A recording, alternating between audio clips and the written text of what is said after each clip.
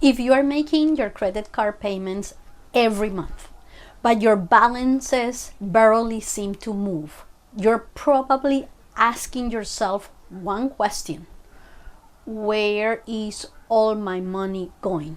I ask myself that same question. For years, I was paying more than $500 every single month just in interest. I thought I was doing everything right. I never missed a payment. I paid more than the minimum, whichever I could. But my debt barely changed. Today, I paid $0 in interest. And the biggest thing that changed wasn't how much money I made. It was changing how I used the money I already had. Most people think if they are paying all of their credit cards every month, they're making progress. It feels responsible. It feels like you are doing the right thing. But that's exactly where most people get trapped. So let me show you what's really happening. I'm going to use simple numbers because once you see this, you'll never look at your credit card payment the same way again. Let's say you owe money to one credit card. Most people owe 4 or more. So let's see what is happening. Let's say most people have, and this is the first thing that I want to show you, is that most people have 4 credit cards. So, for example, this is what happened. For example, they owe $12,000 on one card with an interest of 25%. And the interest, so here, this is the interest and this is the minimum payment. And usually you're going to be paying 1%, 2%. This is, I did the calculations with 1%. So then you need to send $370. You have a second card, $10,000 for 27%. The interest is going to be $225 with paying the principal 1% is going to be $100. The total you're sending is $325. The third card is $7,000 with 29%. The interest you're going to be paying is $169. The principal you're going to be paying is $70. You add those two, you get $239. You get half another card. The fourth card is $2,200 at 30%. The interest that you're going to be paying is $55 per month, okay? And principal $22, so you're sending $77. So this number changes depending on the card. Sometimes you pay 2%, 1% for this calculation. I did that 1%. So you make your payments, and here's the problem. Most of that payment never touches the amount you borrow. That's what I want you to notice, that most, because the thing that you need to have keep in your head is that you're sending $370. The only amount from these $370, $120 are going to go to pay this. So you have $12,000 minus $120. Practically that's $890. So you practically keep owing the same. So the amount, yeah, it looks like a big payments that you're sending, but most of them are going to go on the interest. And the thing is this: when you make a payment, they and usually the credit card sends a, if you read the papers carefully, it says that you're going to be, let's say, take how long it takes to pay this, like maybe 5 years. But the thing is that are you still using the credit card for more things? That is if you don't use that credit card. So the interest goes to the interest first. Only that what's left reduce your actual debt. Every month you're paying mostly interest. There is no real progress. Do you see any progress? That's why people can make payments for years and still feel like they're standing still. They're not doing anything wrong. They're just playing a game where they don't know the rules. So let's put some real numbers on the screen.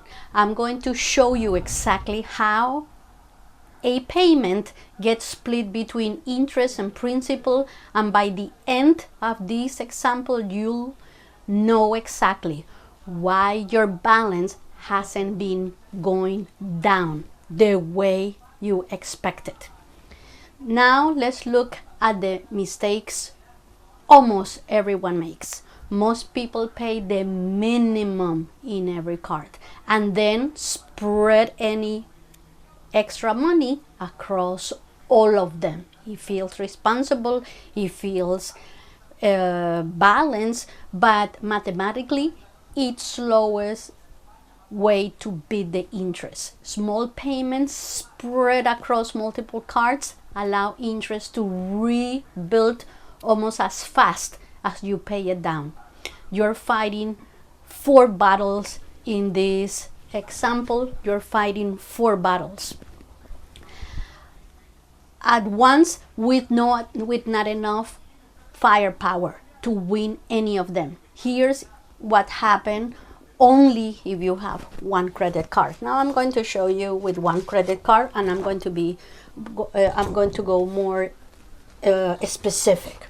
So let's say that you have a 20,000 debt, okay, at 25%. So what you're going to do when you to determine the interest, what you're going to do is you're going to multiply this times this, and then you divide it by 12. When you do that, you're going to get the interest is going to be 520. Then to determine the principal, you're going to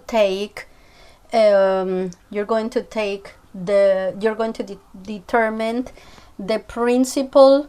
Let's see. So okay, so with the principal you need to multiply. Notice that when I did this is 1%. The principal, you need to multiply the number and then divide it to determine this.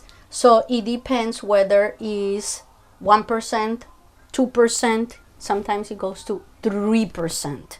Okay, so then you add these 2 numbers, and then this is how much you need to pay. You're going to be paying $625 to this amount, but how much went to reduce this 25,000? Only $104. So that means that you still owe a lot of the full thing.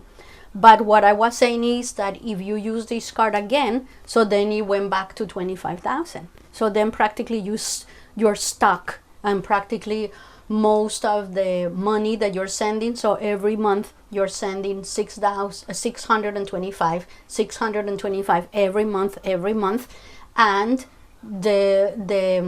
you're paying only 104 because most people keep using the same cards. So that's what happened. So so you need to multiply the balance times the APR, and the interest is going to be 520. And then what you're going to, so do you notice that if you pay, it's going to be 24, and I didn't bring a pen here, 24, I didn't bring a pen, 24,896 from this amount. And that's what people don't pay attention. So the thing is that if you calculate this, if you calculate that per day, if you take these 520 per month, okay, this is how much you're paying per month. Per day, you take this number and divide it by 30 if the month has 30 days, or divided by 31 if the month has 31 days, or in February divided by 28 or 29. So per day, you're paying $17.36 per day. Weekly, you multiply that by 7 and you're paying $121.52 per week. That's how much you're paying in interest. And then if you take that number and multiply times 4, so then that's how you pay 520. And remember, this is only one card. This is the minimum, this is one card. Notice that if you have 4 cards, is the same, you do the same calculation and you are sending a lot. This is like almost 400, 700, 789, almost 1,000 that you're sending on credit cards. But notice that most of that money is going to pay interest. So you multiply by 4. So how much interest are you really paying? Track one number every month. Your actual balance, that's the number that you need to track. Not how you feel, not an estimate, the exact balance.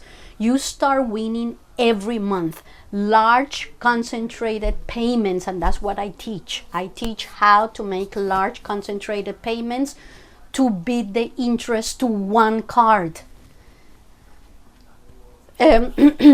This is math. Reverse the cycle. Instead of the bank winning every month, and you will do it using the exact same money. I'm not saying that the exact money that you already had. Most of the gurus say go and get another job. I'm not saying that. I'm saying use the same amount of money. The only thing that you use it differently. So the question that I have is, have you ever made every payment on time and still felt like your debt wasn't going anywhere? Let me know in the comments. I'd love to hear your experience, because I think a lot of more people are dealing with this than they realize. If this video helped you, watch the next video where I explain how to accelerate the payoff even faster. Watch the next video.